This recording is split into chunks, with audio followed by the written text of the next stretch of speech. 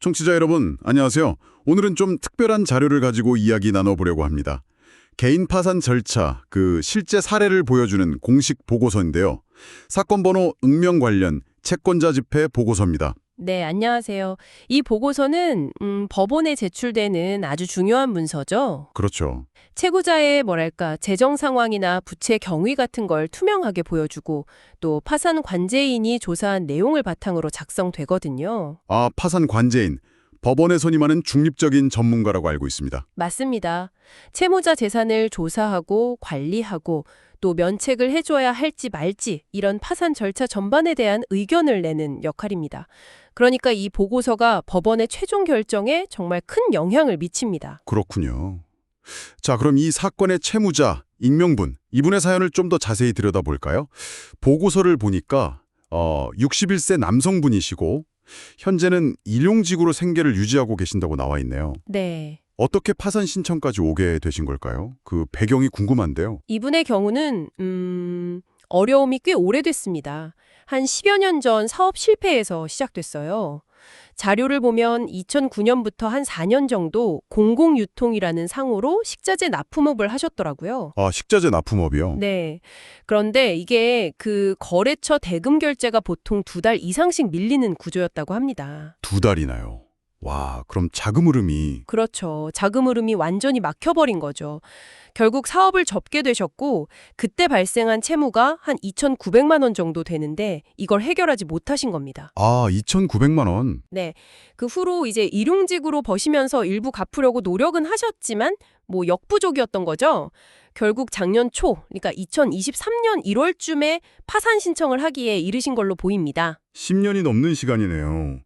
그 외상거래 구조 때문이라니 이게 참 개인의 잘못으로만 돌리기도 어려운 그런 측면이 있어 보입니다. 맞아요. 그런 구조적인 문제가 분명히 있었던 것 같습니다. 혹시 그동안 빚을 갚을 만한 다른 재산은 없었을까요? 파산관제인이 그 부분도 당연히 조사를 했죠. 지난 5년간의 재산 변동 내역까지 다 살펴봤는데 특별히 재산을 처분했다거나 숨긴 정황은 발견되진 않았습니다. 네. 현재 채무자 명의로 된 유의미한 재산은 거의 없다고 보고가 됐고요. 거의 없다. 네. 그런데 여기서 좀 흥미로운 부분이 하나 있어요. 어떤 부분인가요? 돌아가신 아버님으로부터 상속받은 토지 지분이 있다는 겁니다. 상속 토셔. 그럼 그건 처분해서 빚 갚는데 써야 하는 것 아닌가요? 보통 그렇게 생각할 것 같은데요? 네, 그 지점에서 이제 법과 현실의 어떤 조율이 나타나는 건데요. 이게 경북 문경시에 있는 밭인데 전체가 아니라 13분의 1 지분입니다. 그리고 평가액이 약 250만 원 정도로 아주 소액이에요. 250만 원이요? 네, 근데 더 결정적인 건 그 땅에 선친의 묘소가 있다는 사실입니다. 묘소가 있다고요? 네, 바로 그 점 때문에 파산 관제인이 이 토지를 처분해서 채권자들에게 나눠주는 절차, 이걸 환가라고 하거든요. 네, 환가. 이 환가를 포기하겠다는 의견을 냈습니다. 포기의 의견을요? 왜죠? 상황이 중요하게 고려가 되는군요. 그렇죠. 법이 현실을 완전히 무시할 수는 없으니까요. 이런 게 아주 생생한 사례라고 할 수 있겠습니다. 네, 정말 흥미로운 지점이네요. 그럼 가족들 명의 재산은 어떤가요? 배우자분도 계시다고 했는데 그쪽 영향은 없었습니까? 현재 채무자분은 배우자와 함께 SH공사 임대주택에 거주하고 계시고요. 배우자분은 직장에 다니고 계세요. 소득 활동을 하시는 거죠. 네. 그리고 성인인 두 아들은 따로 독립해서 살고 있고요. 보고서 상으로는 배우자나 자녀 명의로 이번 파산 절차에 영향을 줄 만한 특별한 재산은 없는 것으로 확인됐습니다. 알겠습니다. 그럼 가족 재산 문제는 이번 사건과는 크게 관련이 없는 상황이군요. 네, 그렇습니다. 자, 그럼 사업 실패 경위나 재산 상황, 또 가족 관계까지 쭉 들어봤는데요. 이걸 종합해보면 채무자분이 뭔가 재산을 숨기거나 이 절차를 악용하려는 그런 정황은 없어 보입니다. 맞습니다. 파산 관제인도 그렇게 판단했습니다. 그렇다면 파산 관제인의 최종적인 의견은 어떻게 나왔나요? 면책 관련해서요? 네, 파산 관제인은 채무자에게 면책을 허가하지 않을 만한 사유, 법에서 정한 사유들이 있거든요. 예를 들어 재산을 일부러 숨기거나 빚의 원인에 대해 거짓말을 하거나 하는 네, 그럼 불허가 사유요? 그런 사유가 없다고 판단했습니다.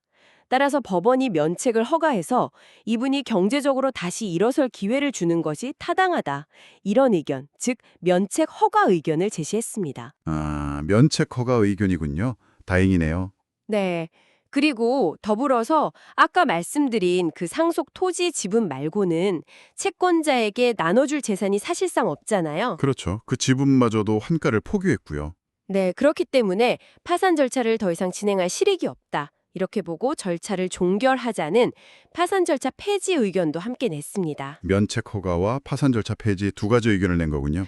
네, 맞습니다. 네, 오늘 이렇게 보고서를 자세히 들여다보니 사업 실패로 정말 오랜 기간 어려움을 겪던 한 개인이 이 파산과 면책 절차를 통해서 새로운 시작을 기대해 볼 수 있게 되는 과정을 본 것 같습니다. 청취자 여러분께서도 개인 파산 절차가 단순히 빚을 없애주는 걸 넘어서 한 사람의 삶과 그 처한 상황을 얼마나 구체적으로 들여다보는지 좀 느끼셨을 것 같아요. 네, 특히 그 법적인 기준하고 또 선침 묘소 같은 그런 현실적이고 문화적인 요소가 어떻게 조화를 이루면서 결론에 도달하는지 그 부분이 참 인상 깊었습니다. 이게 바로 파산 및 면책 제도가 단순히 채무 청산에만 그치는 게 아니라 상황을 조합적으로 고려해서 개인의 재기를 돕고자 하는 그런 본래 취지를 잘 보여주는 대목이라고 할 수 있겠죠. 맞습니다. 제도의 취지를 다시 한번 생각해 보게 되네요. 자, 청취자 여러분께 마지막으로 질문 하나 던져보면서 마무리할까 합니다. 이번 사례는 보면 채무액이 비교적 적은 편이었고 그 원인도 사업 실패로 명확했잖아요.